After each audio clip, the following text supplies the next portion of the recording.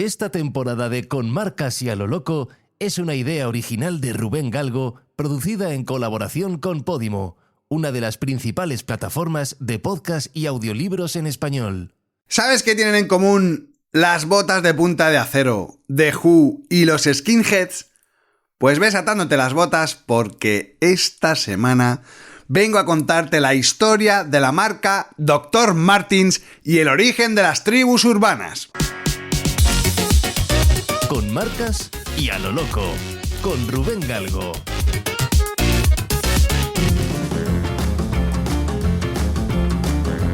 Seguramente sabrás que, aunque todo el mundo piensa que son unas botas, una marca inglesa, la realidad es que fueron medio inventadas por un alemán, un señor llamado Klaus Martens.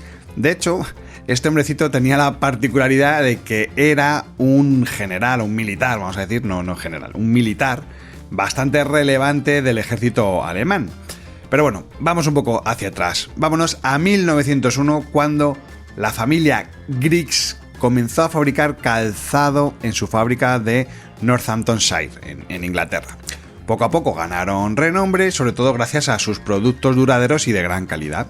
¿Qué pasa? Que por otro lado, en Múnich, específicamente en el año 1945, este militar, señor Klaus, que te comentaba antes, se recuperaba de un accidente de esquí que lo había dejado medio cojo.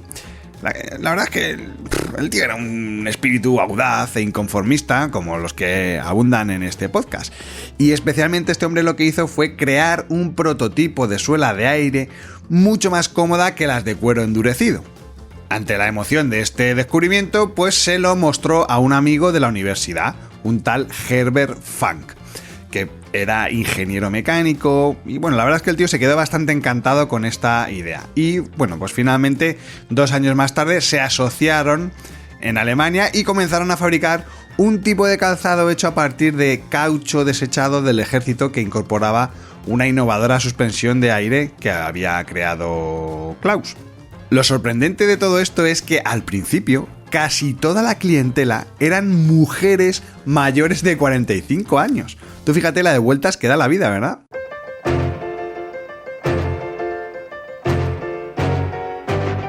Para el año 1952 las ventas iban tan bien que decidieron abrir una fábrica en Múnich. En 1959 comenzaron a hacer publicidad para entrar en el mercado internacional y de nuevo la familia Griggs apareció en escena. Tan pronto como se enteraron de toda esta historia, pues compraron los derechos de patente para fabricarlos en el Reino Unido. De hecho, fueron ellos quienes dieron las señas de identidad a las Martens, es decir, toda esa forma que es mundialmente conocida.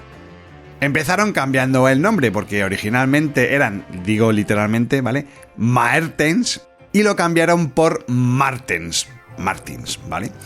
Y lo hicieron sobre todo para que sonara más a inglés, ¿no? Y que fuese como más comercial. Añadieron algo de tacón, la costura esta amarilla que todos conocemos, que también es súper icónica de esta marca, y el nombre comercial Airwire, que apela a su suela. Además simplificaron la fabricación bajo un único patrón y bueno, la verdad es que estos tíos eran como muy cracks, ¿no? Estos Griggs eran muy detallistas. Así que podemos decir que el 1 de abril de 1960 nacieron las 1460 Dr. Martens. Eran de color rojo, ese color cereza, ¿no?, que estaban hechas de cuero de napa y tenían 8 agujeros para los cordones. Rápidamente, pues como ya sabes, se hicieron súper populares entre los carteros, policías, obreros y las tribus urbanas. Sí, porque las tribus urbanas surgieron como respuesta cultural y social a la modernidad y la diversificación. Encontrando una identidad y pertenencia en grupos con intereses, estilos de vida y valores compartidos, las tribus urbanas abordaron la fragmentación de la sociedad contemporánea mediante la creación de subculturas bastante distintivas. Entonces es complicado realmente determinar una fecha exacta para el surgimiento de la primera tribu urbana, ya que, bueno, pues eran dinámicas culturales y sociales que daban lugar a estas subculturas, que suelen ser pues bastante complejas, multifacéticas, bueno. Sin embargo, sí hay cierto consenso y hay una relativa convención de que las Flappers fue un grupo de mujeres jóvenes rebeldes que desafiaban las normas de género y convenciones sociales en la década de 1920. Las Flappers fueron las primeras tribus urbanas modernas. La verdad es que para empezar a hablar de los Skins, lo primero que quiero hacer es recomendarte la película de This is England, que habla un poco de cómo surge, ¿no?, este movimiento, y la verdad es que es un peliculón. Como te decía, los skinheads surgen en Inglaterra en la década de los 60 y básicamente es que son descendientes del movimiento mod. Los mods eran jóvenes de clase media a los que les gustaba la ropa elegante, sus scooters, seguro que los has visto, ¿no?, la música negra. También les gustaba pegarse con los rockers de vez en cuando. Era un rollo así como muy, casi como muy tribal, ¿no? Paralelamente, curioso además, en Jamaica había pandillas de jóvenes llamados Rude Boys, que tenían unos gustos muy parecidos a los de estos mods. Pero ellos sobre todo escuchaban ska y rocksteady. A partir de la independencia de la isla en 1962, muchos jamaicanos emigraron a Inglaterra y llevaron su música y su estética con ellos. Por eso los mods y los Rude Boys empezaron a mezclarse porque tenían muchas cosas en común. Poco después llegó el movimiento hippie, que la verdad es que empezó a ganar fuerza y muchos de los mods se convirtieron en hippies, y entre ellos pues quedaron algunos que adoptaron una estética y una actitud pues un poquito más agresiva, vamos a decir, por lo que se les llamó hard mods. Comenzaron a vestir con ropa identificada con la clase obrera, es decir, las Martins, los tirantes, las camisas blancas, los pantalones un poco por la altura del tobillo. Y además empezaron a cortarse el pelo más corto. Esto ya se acerca más a lo que conocemos en la actualidad, ¿verdad? Aunque sin llegar a rapárselo, ¿vale? Pero lo hacían sobre todo para diferenciarse de los hippies, que eran justo lo contrario. Muchos de estos detalles estilísticos que te estoy contando fueron adoptados por los Rude Boys jamaicanos. Y en toda esta época de fusión y de cambio, pues algunos grupos de hard mods empezaron a raparse el pelo y a usar botas Dr. Martens con la punta de acero. Entonces se les empezó a conocer como los no-heads, bald-heads, crop-heads, spy-kids, peanuts, que también es curioso. Y esto fue hasta el año 1969 que se consolidaron ya finalmente como skinheads. En cuanto al tema del racismo, la verdad es que no era una postura muy compartida en aquel entonces. Los skinheads, como grupo, no adoptaron una postura definida a este respecto, ya que algunos eran racistas y otros no, por toda esta fusión racial con Jamaica que te estaba comentando. Pero sí es verdad que cada vez más mantenían buenas relaciones con los jamaicanos, que eran los negros realmente, los skinheads negros, y, que esto es curioso, había skinheads negros, ¿vale?, y disfrutaban de su música, ¿vale?, porque el tema del ska les unía un poco, pero también tenían conflictos con los inmigrantes pakistaníes. Entonces, aquí está un poco el germen de dónde empieza a surgir todo el tema racial asociado a los skinheads. De hecho, esto provocó una división en dos grupos: los nazis, que son ampliamente conocidos, de los que no te voy a contar mucho, y los SARP, o sarperos, ¿no?, que es un poco las siglas de Skinheads Against Racial Prejudice, es decir, SHARP. Y aquí realmente es donde nace ese espíritu del 69, que es antirracista y solidario. Pero volvamos a la historia de nuestras botas. Ya estamos en los años 70 y las Dr. Martens se convirtieron en uno de los imprescindibles para las estrellas británicas del punk rock, como los Sex Pistols, The Clash y The Who. Y por ende, pues era el calzado más codiciado por los adolescentes.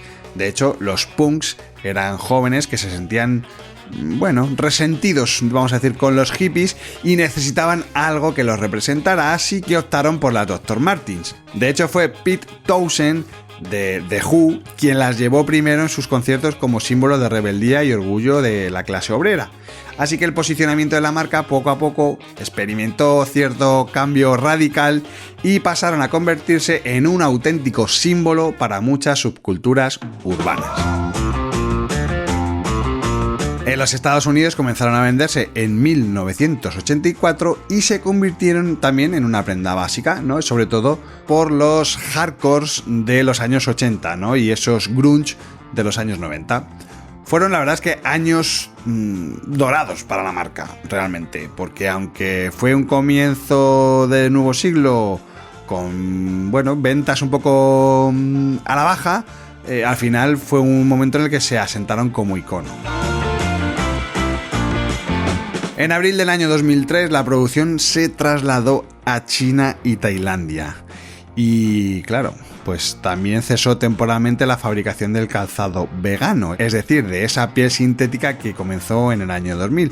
Así que a raíz de esto, muchos punks y skins optaron por marcas que todavía se fabricaban en el Reino Unido, como Solo Bear, Grinders, Rangers, bueno, todas ellas que en el fondo eran burdas copias de las Martins.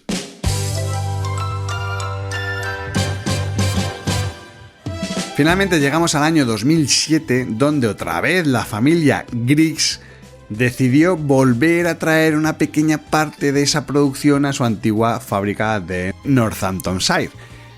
Esta línea de calzado se empezó a comercializar con el nombre de Dr. Martin Vintage, incluyendo algunos de los modelos más clásicos como el 1460, el 1461, el 1490 y el 1914, aunque ya no son tan asequibles. De hecho, en el año 2011 volvieron a lanzar otra vez la línea vegana, esta que te digo que es sintética, aunque también fabricada en China, y bueno, pues la cosa no fue tan bien. Posteriormente, en el año 2013, la compañía de valores Permira compró a Dr. Martens por 485 millones de dólares y ahí ya llegó el acabose. Con este movimiento, de repente, Dr. Martens empezó a fabricar a gran escala y de manera salvaje, diría yo. Y pasó de ser pues una prenda o un zapato, un calzado como muy de nicho, a que cualquier persona, independientemente de sus creencias, ideología y demás, pues podía llevar unas Dr. Martens. No me gustaría decir democratizar, porque ya estaban bastante democratizadas, pero sí que es verdad que con la nueva política comercial pues todo el mundo llevaba unas Martens, porque la pusieron un poco como el zapato de moda. En fin, que hay muchas razones que explican el éxito a lo largo de varias generaciones de rebeldes. Son baratas, o por lo menos lo eran al principio, son cómodas, son fáciles de encontrar en las tiendas de segunda mano, que esto también es una segunda vida que ha encontrado la marca, pero sobre todo fue la música la que hizo de estas botas un símbolo. Sin la música, seguirían siendo solamente unas buenas botas de trabajo. Si te ha gustado este episodio, te invito a que escuches la siguiente marca con historia, en la que te hablaré de Johnnie Walker y el origen del whisky. Este podcast ha sido grabado en los estudios de Podimo en Madrid como parte de su Talent Hub.